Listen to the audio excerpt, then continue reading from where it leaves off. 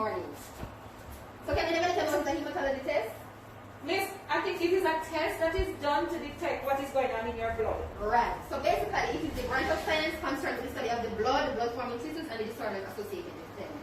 So, it is done by doing a complete blood count. Okay. And this includes red blood cell count, hematocrit, reticulocyte count, erythrocyte sedimentary rate, erythropoietin, and total white blood cell count and white blood.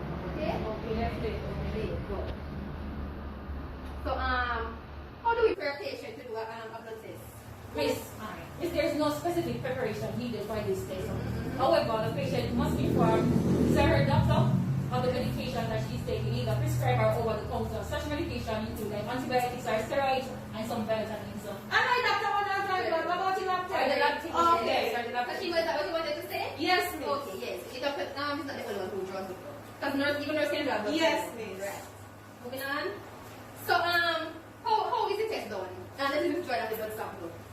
Miss, when the blood is going to be drawn, the patient goes to the lab tech. The lab tech informs the patient about the type of blood test that he or she is going to be doing. Yes. Right, then the lab tech allows the patient to sit. Whichever hand is chosen, or I think anyone that is the patient is more comfortable with is chosen. So the lab tech now then gets what you call a rubber looking thing called a tourniquet. Yes. It is placed right above the antecubital area of the arm, right above the antecubital vein. Right. And then the lab tech sanitizes the area with alcohol swab. And she uses a 21 gauge needle to pull the blood. And a private top tube is normally used in this case for these types of blood tests. Alright, so when the blood tech is finished, she removes the tourniquet, applies pressure, allows the patient to apply the pressure to where the needle appears, or she can apply a bandage to that area. Okay. Very good. But you like what something in up to school. Remember that you must always provide privacy for the patient. They don't want everybody the patient needs. They don't want that, right? Yes, miss. Yeah. Christine did not label the tube with the Right. blood. Yes. So The patient name and the docket number and any other vital information like the age should go on the tube. Very good. So after drawing the blood now, right? How is the sample handled to be brought to the lab? Miss, sample should be put in a biohazard bag. Yes. And it should be taken to the lab within 4 hours. Yes, at At room temperature, yes. So what is the significance of using the purple cup tube? The significance of using the purple cup tube, you see, is that it allows for the best preservation of the cellular components and morphology of the blood cells. Okay? Everybody get that? Yes, miss. Okay. For the methodology of tests, we have joining me from the Mayo Lab. This is Dacia Smith via Zoom, and she'll be discussing the methodology of the test. So we guys together from the Thank you for that warm welcome, my friend. I really appreciate it. So now we're just going to jump right into the discussion of the methodology of the test. So this is saying now that the pipette, right, is filled with blood, semen to 0.5 marks. The external portion, right, of the pipette is wiped, totally wiped, using cotton swabs to avoid false results. So we need to just wipe it properly so that we can get the accurate results. So the same pipette, that same pipette, is filled with the blood sample, diluting fluid, which is the Hames fluid, diluting fluid, you use the Hames fluid to dilute, up to the mark of 101. Up to the mark of 101. Be cautious that there should be no air, absolutely no air, bubbled in the pipette bulb. So when you're going to dilute, there's supposed to be no air in the pipette bulb. That is what it is saying. So, you know, we have to be extra cautious as to what we are doing. So you're going to mix the blood and diluting fluid. You're going to mix both the blood, diluting fluid in a pipette. In the pipette. By rotating the pipette. So after rotating the pipette horizontally between your palms, you're going to now take out the hemocytometer from its case, right? And clean it using a swab or gauze piece. So clean it properly using the swab.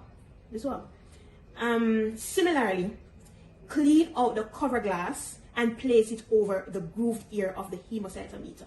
So you're going to just, as I said, you just cover the glass, similarly clean. You just need to clean the tools properly when you're going to do this. So the next step you're going to do is discard the first 1 or 2 drops. You're not going to use those, you're going to discard those.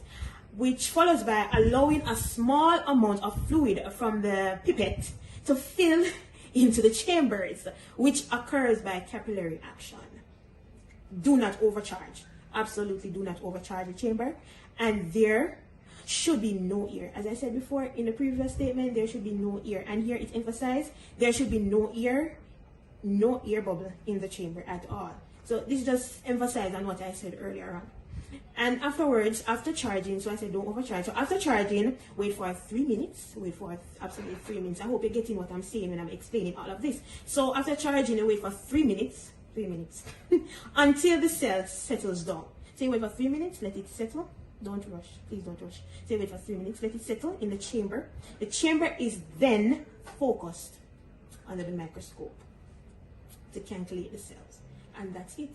You just let it settle, it focus under the microscope to calculate the amount of cells that you see. And that's basically the methodology of the test. And once you follow, then you will get your results. And this just goes to show you have to just clean properly, and you have to do the thing very good, observe and ensure no air bubbles, as they said before. So this is just it. And I thank you for letting me do this part. I really appreciate it, and I hope you all learned from this presentation. So do enjoy the rest of your day now, and take care.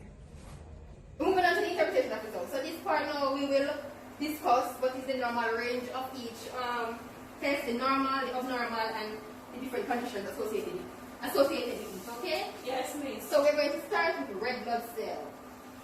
So what is a red blood cell count?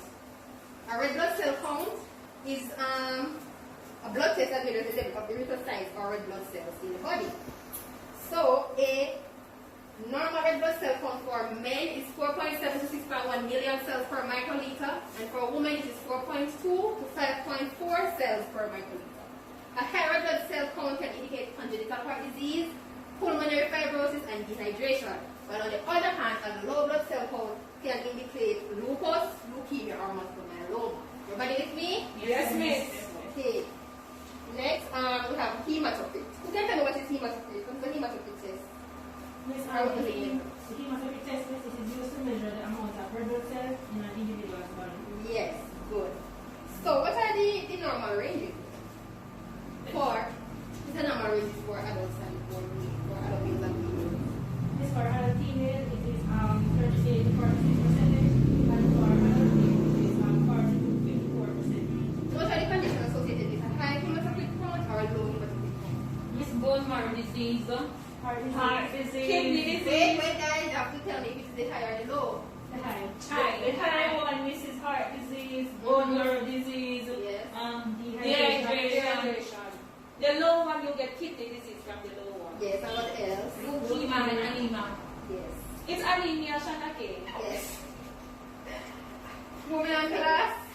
We're moving on to Yes, miss. reticulocytes. What is reticulocytes? Miss reticulocytes count measures the number of immature red blood cells in the blood. So it is used to indicate if the bone marrow is functioning, because the bone marrow produces new blood cells. Right, so it's based on the rate at which the erythropoietin is measured. So, what is the normal range now? The normal and abnormal range? Miss, for adults it is 0.5 to 2.5%. Miss, there's a different range for newborn babies. I don't remember the exact number, but I remember that it is much higher than that of an adult. So why- Let's read that too. And why do you think it is higher in babies than in adults? Miss, because babies have mostly cartilage in their bone, and that is where mostly where blood, bone marrow or red blood cell is forming. Yes, miss. and babies have more bones than Yes, adults miss. too, miss. Right. Good, wonderful. So a high reticulocyte count can indicate hemolytic anemia or hemolytic disease of the newborn and hemorrhage and hemolysis. Can anybody tell me what is hemolysis? Destruction of blood cells. And what can a low reticulocyte count cause now? Iron deficiency anemia. Bone marrow failure. Yes, and cirrhosis of the liver. To name a few, okay? Moving on to erythrocyte sedimentary rate. What is erythrocyte sedimentary rate, class? So means, Mm-hmm. according to my understanding, Yes. it is also known as ESR, right? So, Yes. it's a type of blood test that measures how quickly erythrocytes settle at the bottom of the test tube that contains the blood sample. That is our purple top tube, which the blood was inserted in. Yes. Good, good. The erythrocyte sedimentary rate is measured in milliliters per hour, and the normal values are as follows. So for children, it is 0 to 10 millimeters per hour. For men younger than 50, it is 0 to 15 millimeters per hour. For men older than 50, it is 0 to 20. It is also 0 to 20 for women younger than 50, and for women older than 50, it is 0 to 30 millimeters per hour. This varies according to your age. Yes, it does.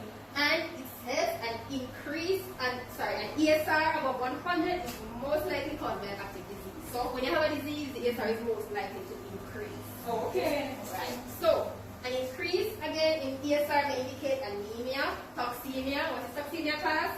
The toxicness of the blood? Yes, basically, yes.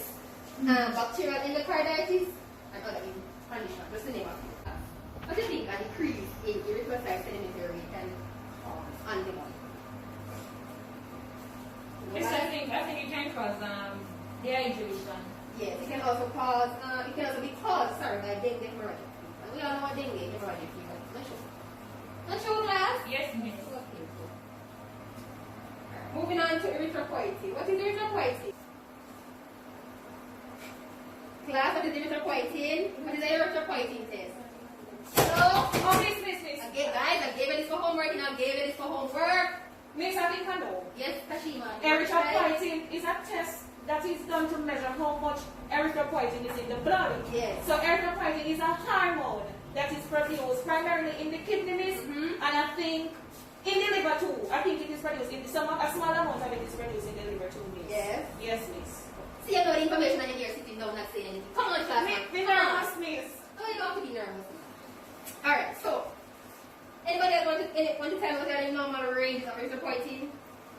I know that too, miss. Yes, Kashima. The normal range is, I think it is 4 to 26 milli-units per liter, and it is the same in both male and female. Wonderful. And what kind of high EPO rate stands for? When I went in my book, I see that says something about kidney tumor, miss. Yes. And also anemia. So you want to say anemia is really Yes. Everything that has to do with the blood. Yes, miss. Miss, so if it's occurs in the kidney, I guess that it can cause kidney failure as well. Yes. Right? Yes. So the low one, when I was reading, the low one caused kidney failure. Okay. Yes. Very good. Yes, man. Help each other. And miss, one funny word in there too.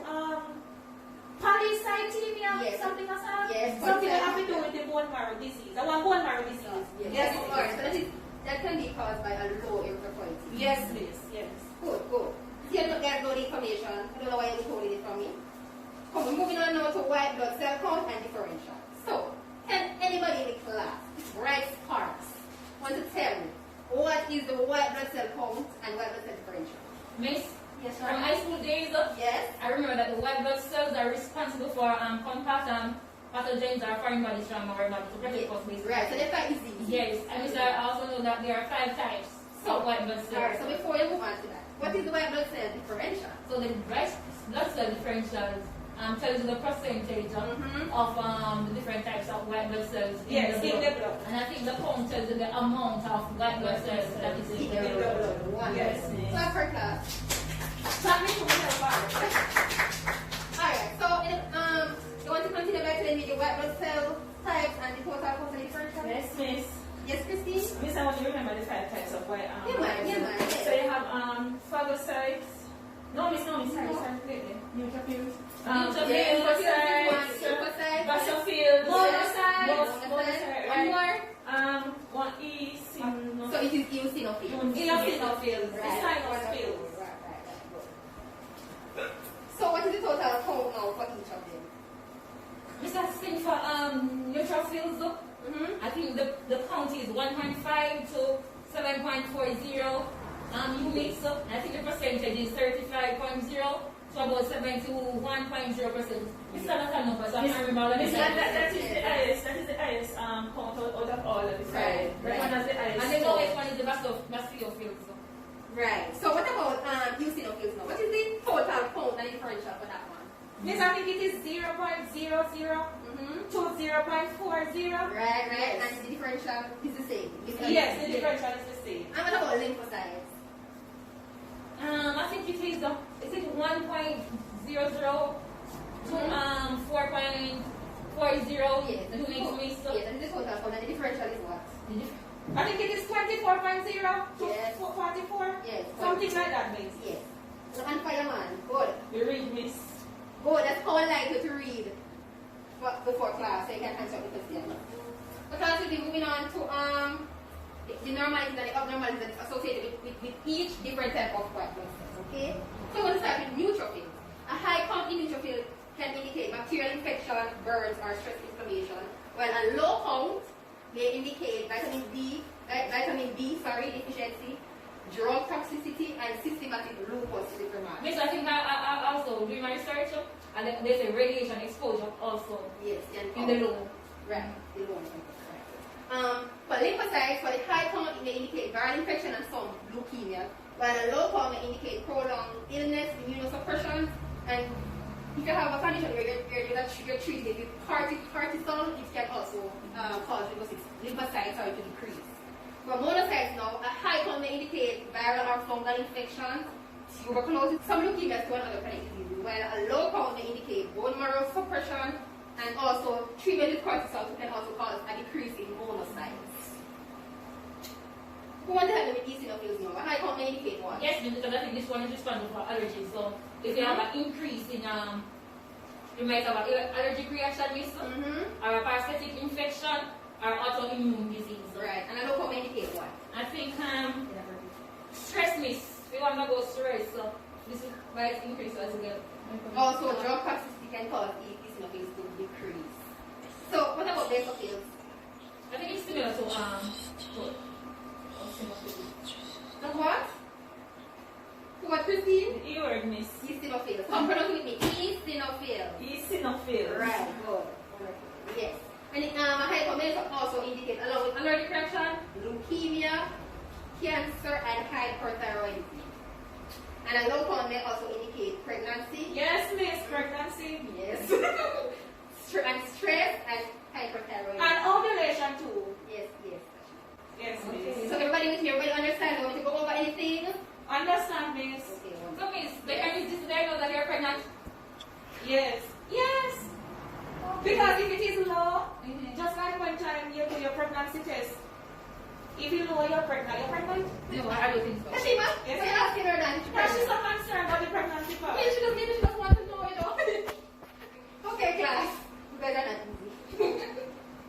Significance to health and illness now. So, a hematology test can be done for a variety of reasons. Can anybody tell me?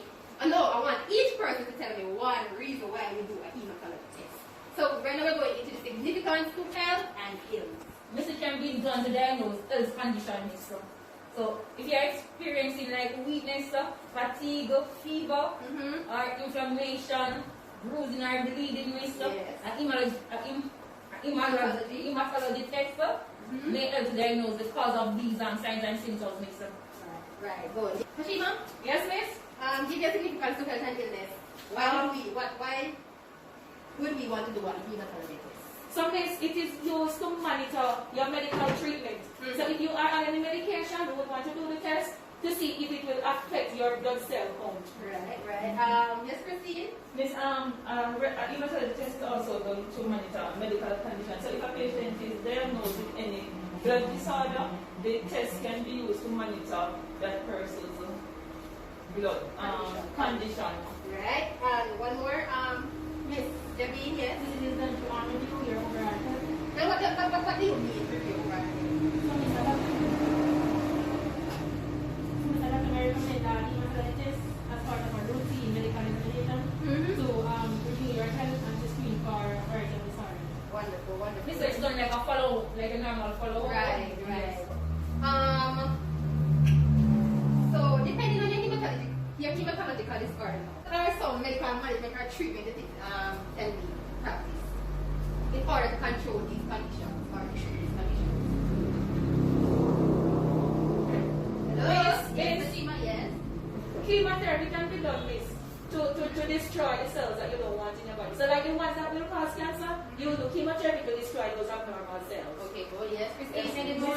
you can improve the immune system so the immune system can fight against disease. By what? By doing what? Immunotherapy. Yes. Miss, bone marrow transplant. I don't know if it's done here in Jamaica, but since most of these conditions or illnesses occur in the in the bone marrow and get bone marrow transplant. Yes, good. And transfusion is another treatment. Yes, for transfusion. It is done to support the body with healthy growth cells. Okay. Yes, so like persons who are having like a low red blood cell count. Yes. So normally it's not true. Yes, blood transfusion. Oh, so that's why they always asking for blood. Yeah. Oh, right. Guys, you give blood, you must give blood, you know. We have low iron count. Alright, so, you know, we can also, some of medical management might also include, they can give growth factors to stimulate the blood cell reproduction that in regards to transfusion. So you can give them stuff, pills like what's the name of the pill? Folic acid? Folic, yes. Yes, increase blood cell production. Okay. HB40 is one. Yes, and iron tablet. Iron sulfate. Yes, right.